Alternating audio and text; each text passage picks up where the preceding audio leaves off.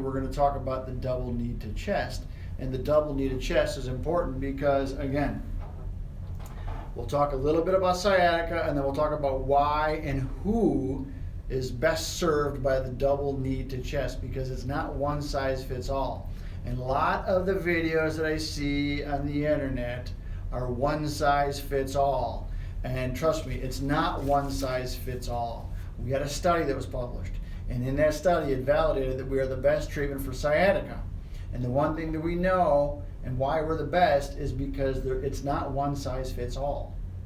Okay, everybody's a little bit different. There are 5 different reasons you have sciatica. Sciatica is a pinching of the nerve as that nerve exits directly through the opening off of the spinal cord, pinching right in what we call the foramen. Herniated disc could be what's pinching the nerve right here. Okay, that's one of the reasons. Now there's 5. There's the bulging disc, the herniated disc, the degenerated disc, stenosis, and spondylolisthesis.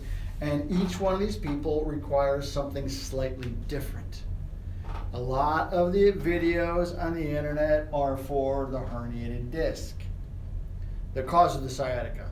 And they have a very specific exercise. We call it the Sphinx Cobra. Okay? Sphinx Cobra is not good for everybody.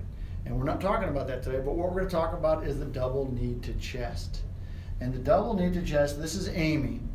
She's our doctor of physical therapy in the Orland Park Clinic, and she's demonstrating the double knee to chest. I'm gonna walk you through what she's doing, and then I'm gonna show you on the spine, and I'm gonna tell you about who it's good for and who it's not good for. But you lay on your back, you pull your knees to the chest, okay? Double knee to chest. You're pulling them both forward, and the whole idea is to stretch your spine in the back. And stretching your spine helps open up that space. And what you do is you lay down on your back, you pull your knees to your chest, and you pull it. And you pull your back. You don't pull real hard, but you pull it. And as you pull your knees, you're stretching the lower part of your back. You hold that for 20 seconds. It's a 20-second hold, and you do it 3 times. And when you hold it for 20 seconds, you want to count 1, 1,000, 2, 1,000. This is her video, and her video actually will be in the link above and or in the description below, depending on where you're watching this video. But what we have, I got it. Nobody got hurt. That's the most important thing. All right, so we know that there are reasons that you have pinching of these nerves. Herniated disc, bulging disc, stenosis, spondylolisthesis.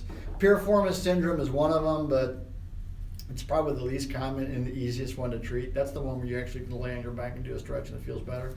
Where when you have a herniated disc, 60% of the time you need the stretch, which is the double knee to chest. So technically, she's laying on her back. Double knee to chest is where the spine does this. And what does that do? It opens up the space in the back.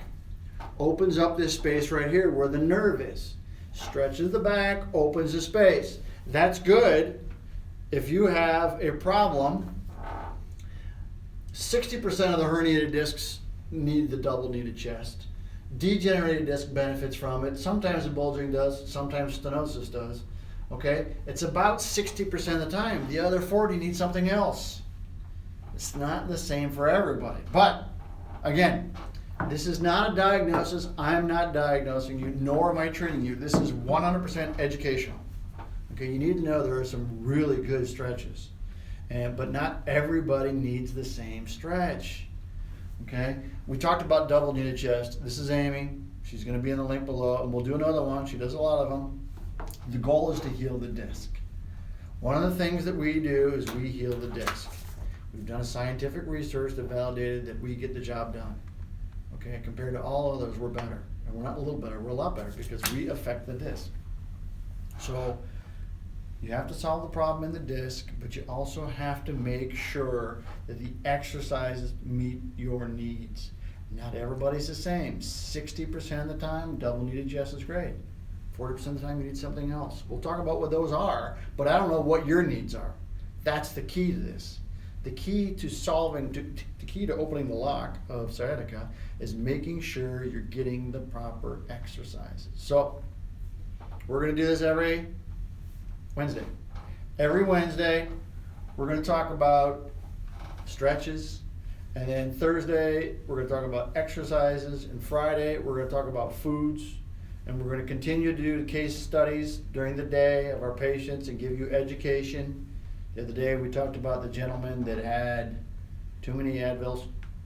But also, we have talked about cortisone, why it's only effective sometimes.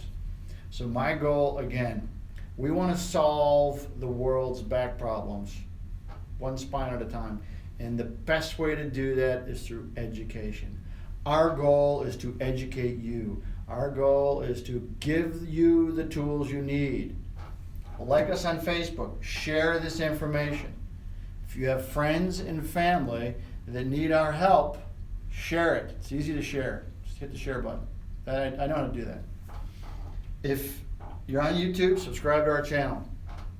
Again, there's a lot of misinformation out there, and we need to clear up the misinformation. Because part of what happens with misinformation is the ping pong ball effect. We've talked about the ping pong ball effect. It's when you go from provider to provider and you don't get better. Okay? Chronic back pain is on the rise. Why is it on the rise? Because people are not getting better. We sit too long. It's really the big reason, but people aren't getting better.